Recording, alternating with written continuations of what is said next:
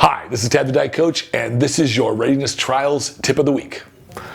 Cardio. This is the infamous word cardio. Some people fear it, some people hate it, some people love it. But whatever the case is for you, it's a necessity when it comes to losing body fat. And it's also a necessity when it comes to overall health. We absolutely want to empower our cardiovascular system because that system is the system that pumps oxygen to all the muscles. And as a matter of fact, when it comes to gaining muscle, cardio is incredibly important, but just not on the same scale. It's important for the recapillarization of muscles. So that's the increased distribution of capillaries in the muscles that feed nutrients to the muscles, feed oxygen to the muscles, and the more you can feed those things to the muscles, the more the muscles respond. So cardio becomes a very important element in no matter what strategy or what goal you have for your body. But when it comes to losing body fat, cardio is incredibly important because it helps us tilt the energy equation. The energy equation is how much calories you're putting in and how much calories you're expending. And so to increase the expenditure number, we don't have a dial that we can just turn up our metabolism. And so the way we do that is by activity and by increasing lean body mass. So workouts become important, but cardio becomes a very critical piece. And so it's an easy way to increase those numbers. And so what is the best kind of cardio? How much cardio should I do? How often should I do it? Well, these are, and what intensity level should I do it at? These are important questions. And for some people, my best suggestion for this kind of thing is I always start most people at least 5 days a week. Now, in a challenge that's only 8 weeks, probably 7 days a week is your best bet. As a matter of fact, you need to create that kind of consistency in your program. So 7 days is really the best suggestion. And start off at 45 minutes is a great place to start. 45 minutes. And I love fasted cardio. That's cardio that's done first thing in the morning, before you eat, before you drink anything. Usually you can have like your branched amino acids. So take your Breach product, these kinds of things. You can take a fat burner with it. And I also recommend extra carnitine, which is a very specific amino acid that enables your body. It shuttles. It's a shuttle service. It shuttles the fats, the lipids into the mitochondria of the muscle cell to be burned. You can't burn fat without carnitine, so it's incredibly important.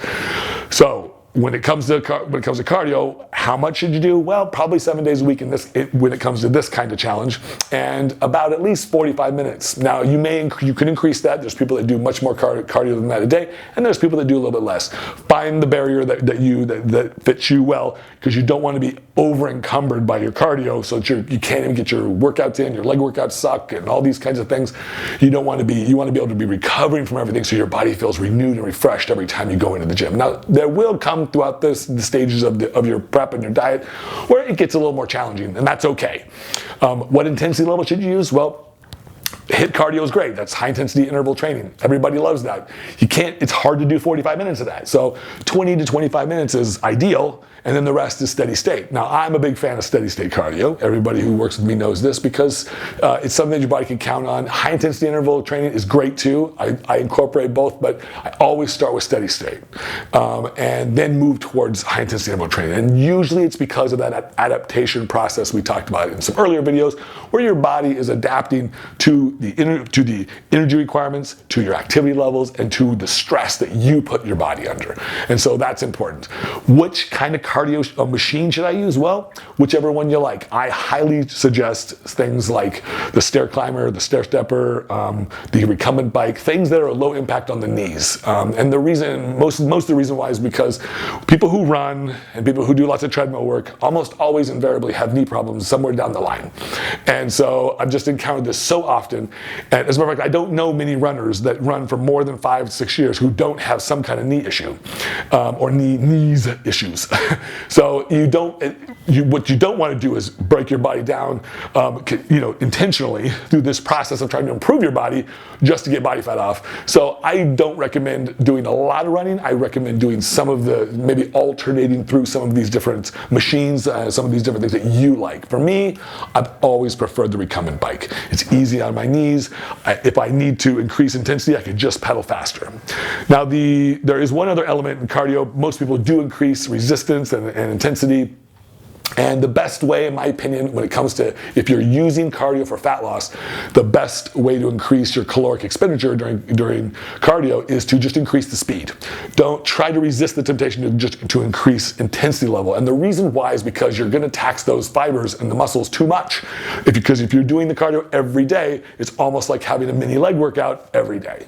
And well, It's not going to do well for your leg workouts, and it's certainly not going to go well for recovery. So you don't, like, and as we said before, you don't want to over encumber the body. We want to have enough stress to promote a change, to promote adaptation, positive adaptation, but not too much to overdo it. When it comes to cardio, incredibly important. It's a necessity, but at the same time, it's not a license just to go at it and have at it for. I know people that have done 3 and 4 hours a day. I've done 3 hours a day, and it sucks. But it did serve its purpose. But I don't recommend it because there's always complications that follow it. There's dietary complications, and there's also it's very easy to like I said before, to really over encumber the body. So pick your cardio wisely, pick the one that works for you, but most importantly, have fun with it. Because if you're not having fun, you're going to get less results. For me, Tad the Diet Coach, I want to say thank you for listening to the tip of the week. And if you want more detailed information, you can reach me at my website, tadthedietcoach.com, or you can email me at tad@redcon1.com.